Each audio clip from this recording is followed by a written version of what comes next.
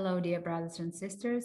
We are so thankful that you are with us, that you help and support us with your prayers and your funds. And here's the next report from Ukraine and some updates for the last week. For almost 60 days, the war has been going on. For us, this is so long and painful. The Ukrainian people really want peace and tranquility, but almost all Ukrainians are determined to find peace through victory on the battlefield. Very active actions are going on in the eastern and southern parts of Ukraine. Rockets are fired almost all over Ukraine right now, and many people lost their jobs and have no income.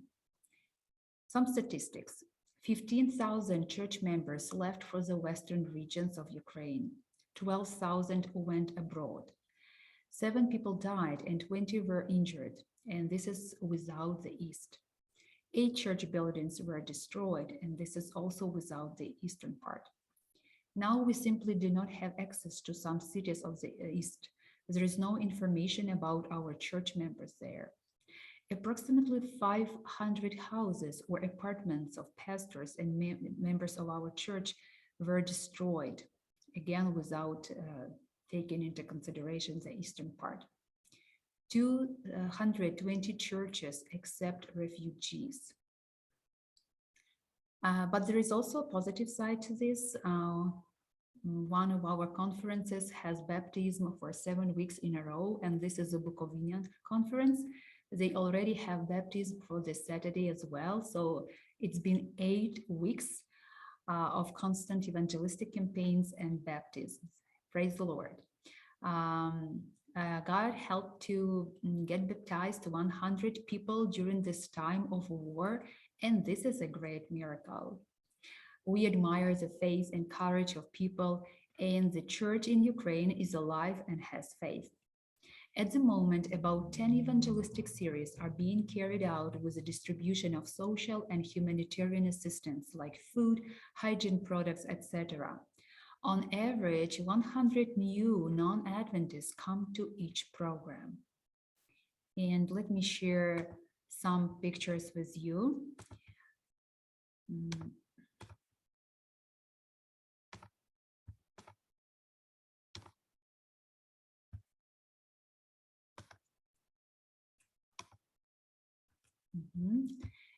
Here are some pictures of baptism in Kiev, Yamskaya, on Yamskaya Street.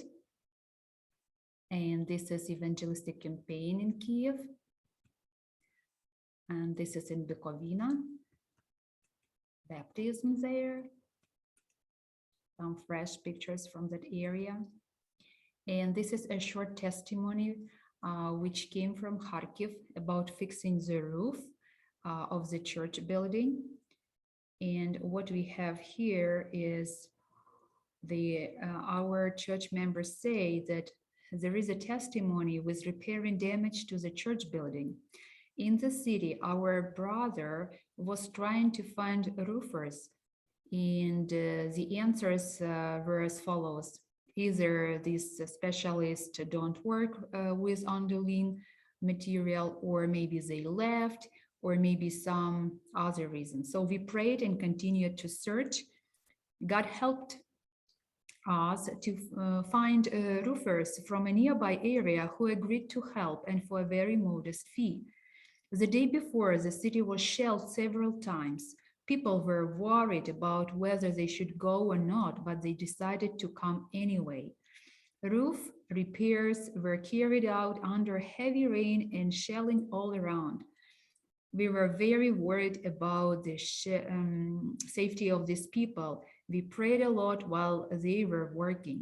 As a result, by the evening, they fixed the damaged section of the roof and returned safely to their region. By the time the floor between the first and the second floor had already begun to leak, and because we had rains every day, which each subsequent rainy day, the building would deteriorate due to water. And now everything is okay. In fact, God does miracles. Is there anything that is impossible for the Lord? So you can see that now this roof is fixed and there is no leaking happening. Praise the Lord. Here is a short video of one Ukrainian soldier and how he shows that phone and a token suddenly saved his life.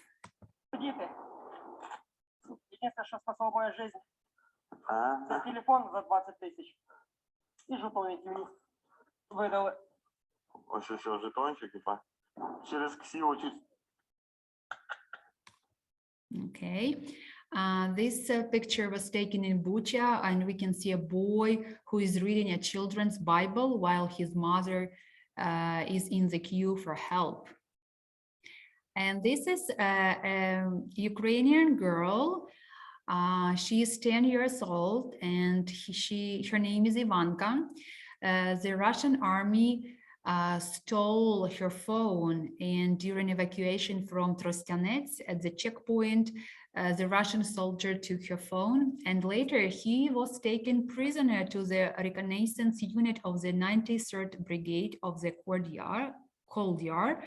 And during the detention, they found a red phone and a power bank in his belongings. The occupier tried to lie that the gadgets were his own, but the military found numbers signed Daddy and Mommy in the contact list. So our defenders were able to return the phone to Ivanka, and they will return peace to all children of Ukraine. And this lady is a 91-year-old Holocaust survivor. And unfortunately, she died in Mariupol in the basement 80 years after evading Nazis. Her name was Vanda Obetkova. She survived the Germans by hiding in a basement in Mariupol. So she survived, but she was not able to survive the Russians. Instead of a forest in Irpin, not far from Kiev, there is a forest of graves and rivers of tears. Where there were pines, now there are wreaths. And in this picture, you can see furniture in the kitchen after the rocket hit. So these are some updates of our news in Ukraine. We are thankful for your prayers. We keep praying, and our 40 days of prayer are going on right now. Thank you for everything you do, for all your donations, and for all your help. May God bless you. Greetings from Ukraine.